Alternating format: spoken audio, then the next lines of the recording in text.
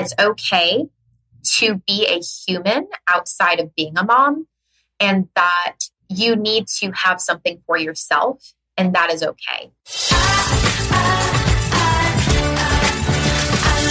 I love bookkeeping.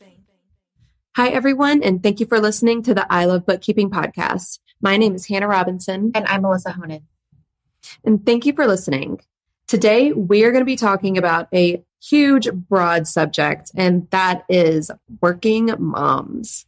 I think it's no secret that probably 75 to 80% of our market and listeners are women. And a lot of those women are moms. So, Melissa, you're a working mom. I don't have kids. There's so much I could cover, and there's so many questions I have with this subject just because I want your knowledge. And I think it's really amazing that you run this huge, thriving business and you have 2 little kids. So first of all, how many kids do you have? You have 2 kids. How old are they? So my son is 4. He'll be 5 in July, and my daughter is 2. Okay. So you were at like the little kid toddler phase. So you have to be, I'm assuming you have to be pretty hands-on when your kids are little like that. I would say that I am probably not the ideal parent to use as a case study, in a sense that we are pretty free range. Yes, I am still very hands-on, but there are a lot of things where I think people are going to relate to me. And then there's going to be a lot of people that are going to probably judge me for a lot of the things that I say here. But welcome to parenthood. That is exactly what happens. I'm not new here. I'm used to it. I was just joking. There is a BBL stay-at-home mom group. So for those of you that are working moms, stay-at-home moms, highly recommend you go over there. But I was just joking that I'm really glad that where I live, there isn't a CPS, because I did have to essentially drag my 4-year-old kicking and screaming to the bus stop yesterday. I had him like in a football hold, like wrapped under my arm as he was screaming that I was going to murder him because he's dramatic. Like, he is going to be like in a drama class for sure when he's older. And so if I was anywhere else in the world, which for those of you that don't know, I'm in Nicaragua, in a small beach town where everybody knows everybody. So everyone knows that I am not murdering Oliver. But if I was anywhere else in the world, I definitely would have had the police called on me. So that's just like an insight into what I'm like as a parent. And it was a pretty good conversation. Apparently, I am not alone. So maybe you guys will understand where I come from here. Maybe you won't. You feel free to share it. success@ilovebookkeeping.com if you think I'm a terrible parent.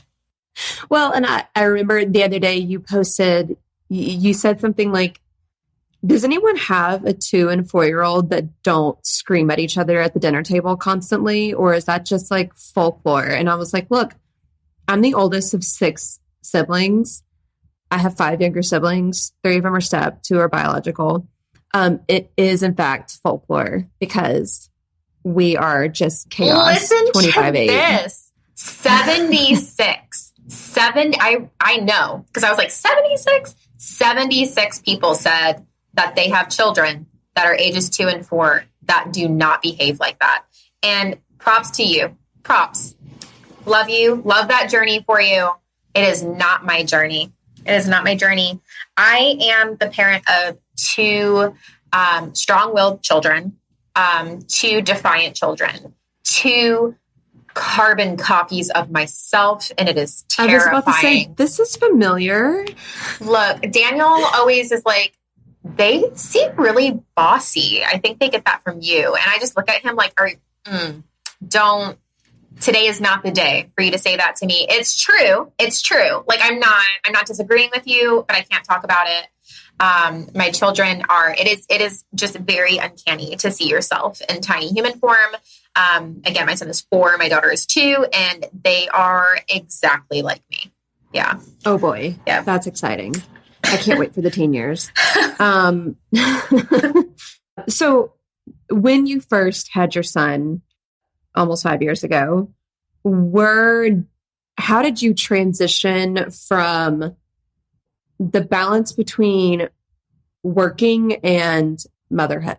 Like what was kind of the first step you took to not only have a good balance, but to kind of create sanity, I guess, in your life?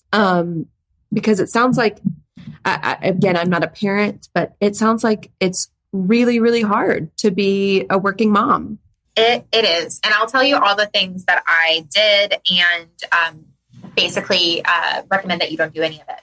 Because so the first 2 years, I think it was 18, 19 months. I wasn't working at the time. So I had my son at 36 weeks. And then he was born early, which 36 weeks isn't terrible. I don't understand how actual like super preemie moms do it.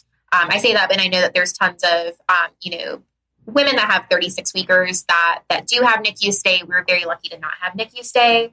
He did have to go home with like the bilirubin blue light. He had a lot of issues with, not eating correctly, not gaining weight. I think I was at the pediatrician like literally every other day because he was losing weight. And it got to the point where they were like, yeah, he's going to go into the NICU if he does not maintain weight. You have to come back tomorrow. And then like he maintained weight. And it was like literally like the first 4 to 6 weeks of his life were just like, I lived at the pediatrician. I lived with just feeding him. I wasn't even, I was barely taking care of myself. Like it wasn't a thing. And so there was a 0% chance I could have worked. 0. Like huge advocate for maternity leave, extended maternity leave. We can have a whole other conversation on that, but I did not work when Oliver was a newborn. And that is when I decided not to go back to work, actually. And I left because it was, always my dream to be a stay-at-home mom. It wasn't really a goal to be a working mom. It just kind of evolved that way. And then when I came back to the company, I was 5 months pregnant with my daughter. And so that is a little bit more of an experience that I have with being a working mom, is that when I was 5 months pregnant, that's really, my son was 2. That's really when I started to work. And I did all of the things that I shouldn't have done when it comes to work-life balance. And I had none of it. And the first thing I did wrong is that my desk was in my kitchen, and I lived in an 800 square foot house, which is why, because there was nowhere else for it to be. My husband was deployed. And so my desk was in the kitchen so that I could make sure that my very strong-willed, defiant, active, was climbing before he was crawling child did not kill himself. And so I was working right in the middle of my kitchen. I never closed down my tabs, never closed down my computer. I had all of the notifications on. Every time it would ding, I'd go over there. Dude, I had no work-life balance in any way. But that was because I could probably do maybe 10 to 15 minutes of work uninterrupted or only slightly interrupted from my child. Tons of Coco Melon in the background. There's several videos I had posted to Facebook along the way in the BBL family group, which was like, creating like a nugget slide. For those of you that don't know what a nugget is, like the nugget couch, which is like the phone couch that like you can arrange into different, so for like active play, my son, basically we created a slide off the couch with the nugget couch, and he's just like tumbling down it towards sharp corners, like all those things that make me a bad parent, right? And then this is literally like in my office. Like he's 2 feet away from me because the house is so small. So highly, highly don't recommend that. And I think that I just had to grow into it. And it took me a while. It definitely did take me a while because I think I was very resentful in a way towards my husband, towards myself, sometimes towards my children. Because I ended up being a working mom and I felt like I had no way out of it. I didn't want to be a working mom.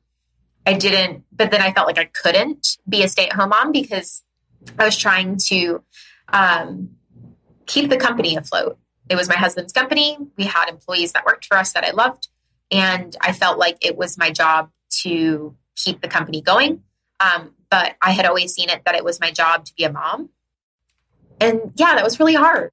I think a lot of people can relate to what you just said because, and again, I'm not a parent, but I think a lot of moms, they really bear the load of being, and I'm trying to figure out the words to say this without being insulting, but I think a lot of moms, they really bear the emotional weight of taking care of the children.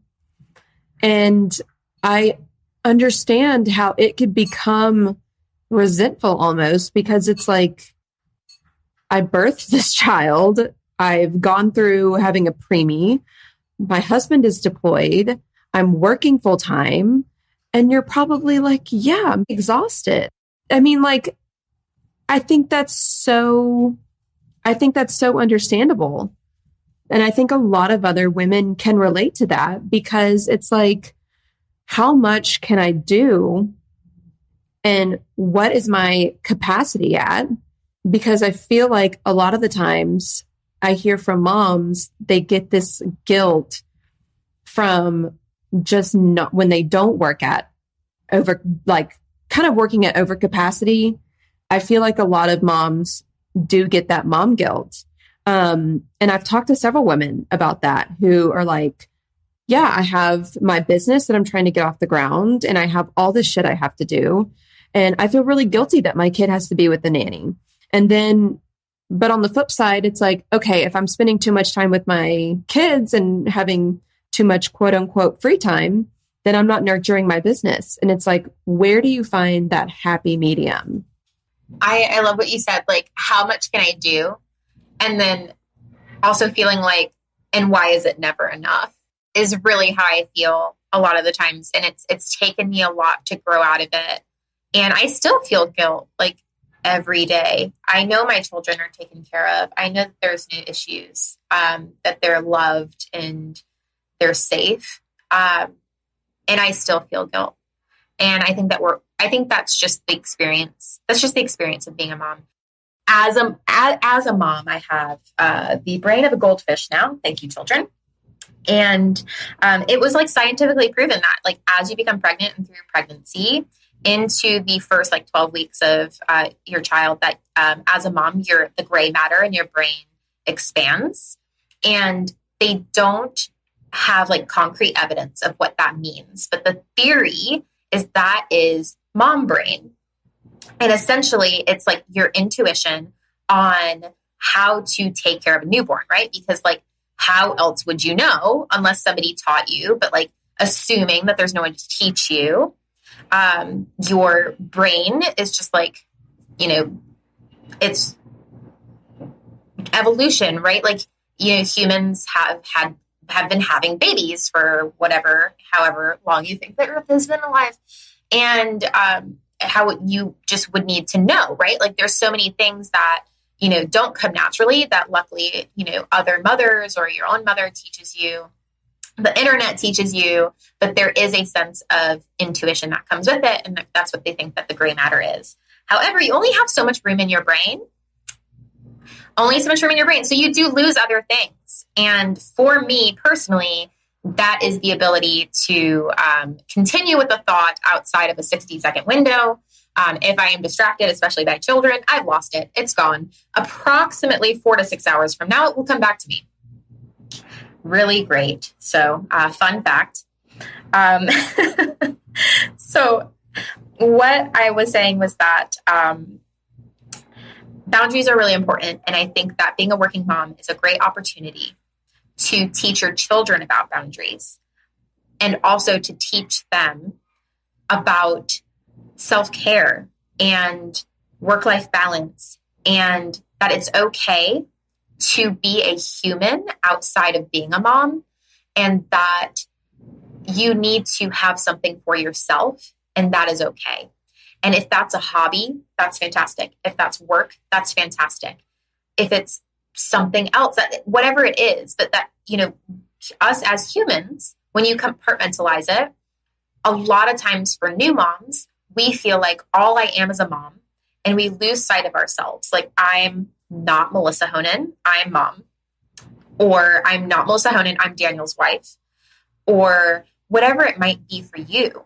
And finding your way back to I'm Melissa Honan for a lot of people is through work. And so it's really important to not feel guilty about that, because just because you're working doesn't mean that you're not a mom. Just because you're working doesn't mean that you're not a wife. Just because you're working doesn't mean that you're neglecting either of those things either. Because at the end of the day, you need to take care of yourself. And this is a way to do that as well. It really depends on what your motivation is for doing it. But we really need to get out of mom guilt because we're really just all doing our best. Today's show is brought to you by Keeper, the one app to run your bookkeeping business. Keeper helps you get faster client responses with your own custom branded QuickBooks integrated client portal. Finally, you can say goodbye to those pesky spreadsheets full of uncategorized transactions. Keeper also helps you catch those embarrassing coding errors before your clients do. And with Keeper, you can generate beautiful custom reports that your clients will absolutely love to read. To find out more, go to keeper.app. That's keeper.app. Mention I Love Bookkeeping to get 20% off your first 3 months. Again, go to keeper.app to find out more. Thank you for listening. Well, and I think something that maybe not all of our listeners know is that I think you do a really great job of having boundaries. And, I think something that you've reiterated to me is, my kids and my family come first. To my clients, you will never come first. And I think that's something that is a really great boundary that you have. And I feel like you do such a great job of, because you really are able to establish, whether it was sooner or later with your clients, because I know you got a cajillion of them, that first you're a mom. And even though you're a business owner, you have these two little people to take care of, and you can't do it all by yourself. But I think what you said is so important to remember that mothers, and again, I'm not a parent, but mothers are still individuals. And just because you have your hopes and your dreams and things that you want to accomplish doesn't make you a bad mom. And so I think that's something that a lot of women need to hear, is that your dreams and your goals are just as valid, even if you have kids. And I know like Kirsten, one of our she used to kind of work with us a little bit, but everyone knows who Kirsten is. Everyone knows Kirsten. And if you don't, you'll meet her at BKX. You'll meet her.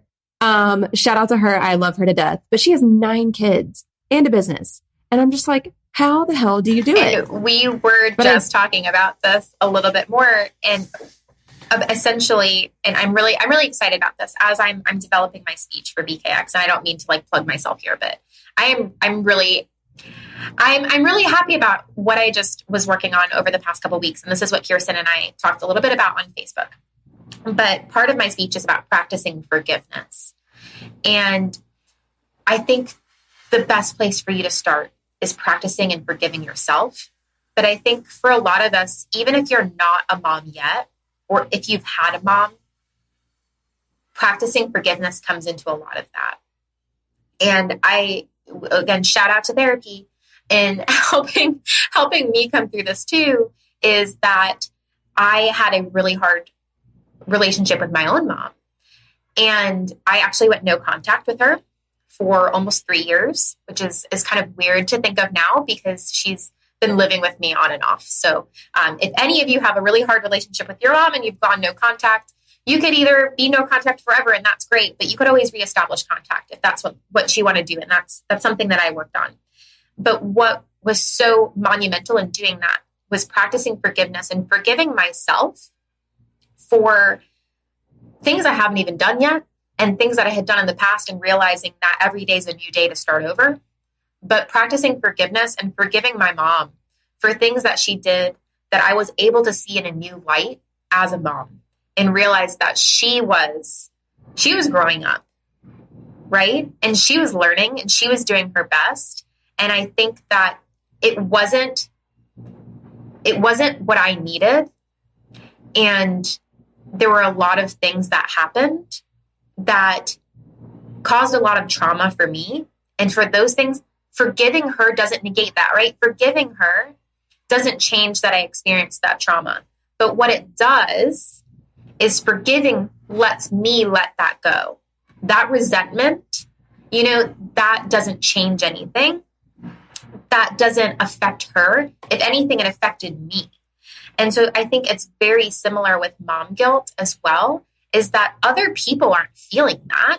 Other people aren't necessarily seeing that. If anything, it's just making life harder for you. You have this weighted blanket on your shoulders of guilt.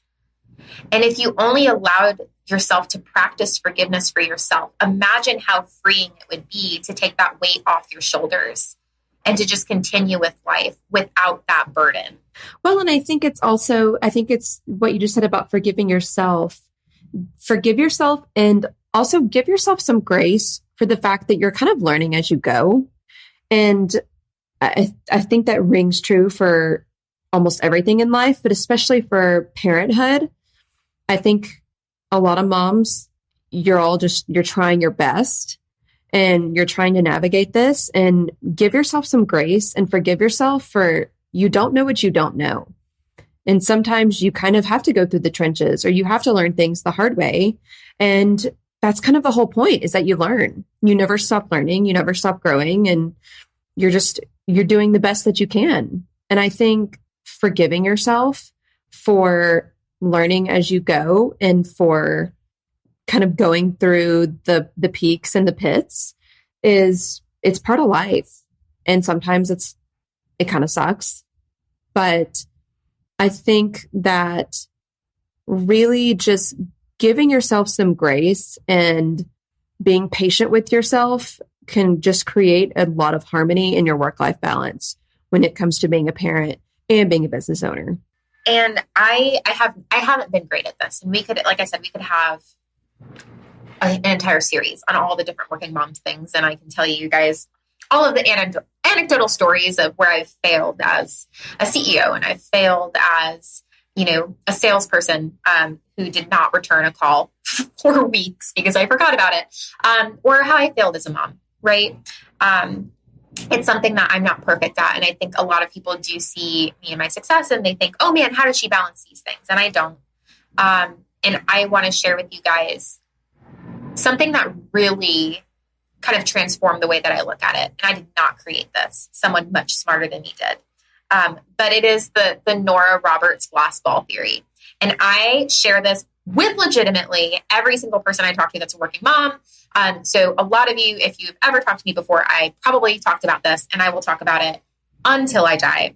But it's essentially that you have, your work and your personal life.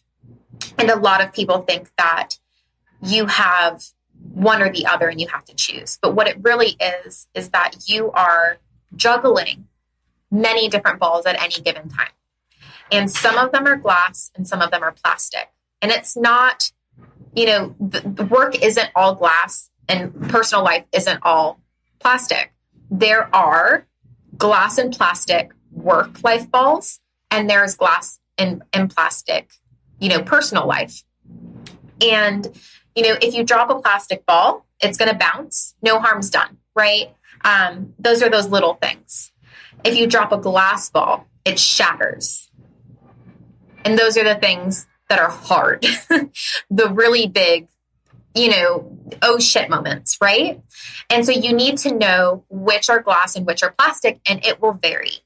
And so what you need to do is, as you're juggling those balls, if it's between dropping a glass ball or a plastic ball, you need to choose the plastic ball. And sometimes that's going to be your personal life, and sometimes that's going to be your work life. And you're going to miss little moments in your kid's life because some of those little moments are plastic, right? But what you want to do is make sure to never drop those glass balls.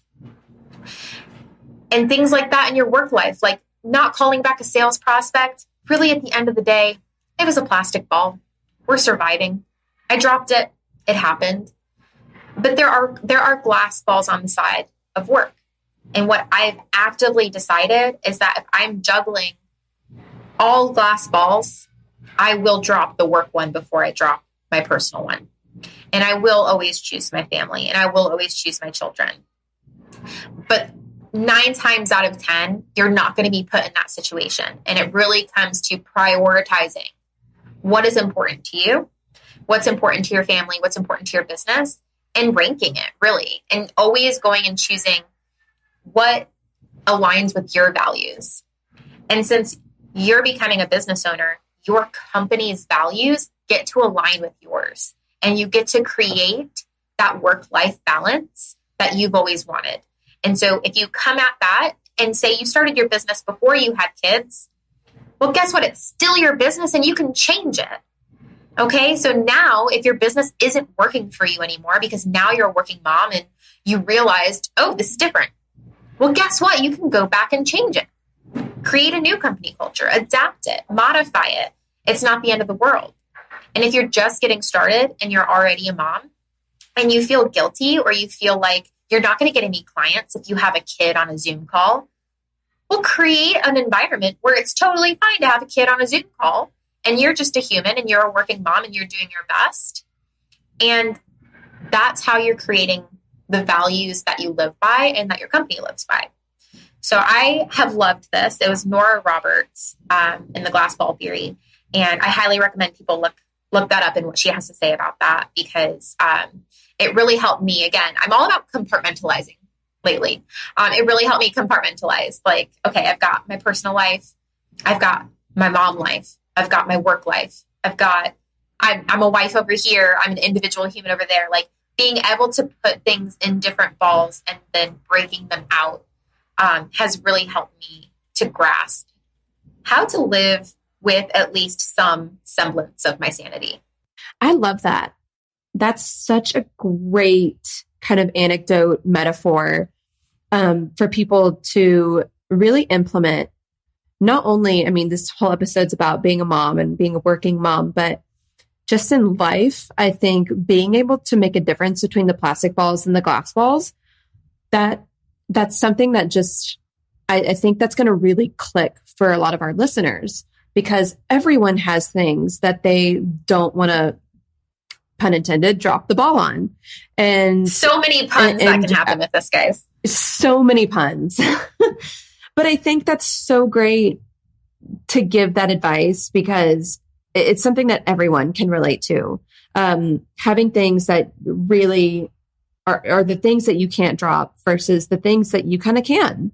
And that's like really something that I've been doing lately, is without kind of, now that you put it into words and you kind of put it into this cool metaphor, I can kind of relate to and say, okay, yeah, this is kind of how I've been compartmentalizing lately, is things that are the most of utmost importance to me, and then the things that I can kind of let slide. And that's I think that's really amazing advice. As you and as your business evolves, or as you even evolve into a mom and lose yourself and then maybe find yourself again, what you determine is a glass ball can change over time. And so a lot of times when I first tell people about this, they have a lot of glass balls, right? Because everything is so important and nothing can be dropped. Start there, but then realize that you can evolve and pick and choose and modify as you go. And I think that's a lot of the reason, even circling back to like tips for newbies, where people feel like you just get bogged down by all these things and you feel like, where do I start? And I can't get started until it's perfect. Nothing's perfect. Prepare right now. You're going to drop a glass ball and it's going to be okay. You just got to keep going, because it's not the only ball that you have, right? And so I can tell you about all of the glass balls that I have dropped. And right now, let's keep with this. Let's keep with this. I am trying to glue some glass balls back together right now, you guys, and it's a mess. And I was just talking to Ben Day about this yesterday, because I was telling him about all of the messes that I have created and all of the glass balls that I have dropped and all of the things that I'm trying to do. And it is okay, because it's life and life goes on, and you just pick it up, you sweep it up, and you keep going and you just try not to drop the next glass ball. And where you can, drop those plastic ones, pick them back up, throw them at somebody else. So many different ways that we can take this analogy. I absolutely love it. But it's really important to realize that things will change and adapt, and that is okay. And to just go with what works now, and it's not going to be perfect. Yeah. I think that's a great point to end on, is just keep it moving and do your best, but prioritize what works best for you. This episode, we could probably talk about this for hours and hours. Maybe we'll make it into a series one day. But if you have questions, comments, concerns, or just want to say, hey, please shoot us an email at success@ilovebookkeeping.com. Again, that is success@ilovebookkeeping.com. My name is Hannah Robinson. And I'm Melissa Honan. And thank you for listening to the I Love Bookkeeping podcast. I love bookkeeping.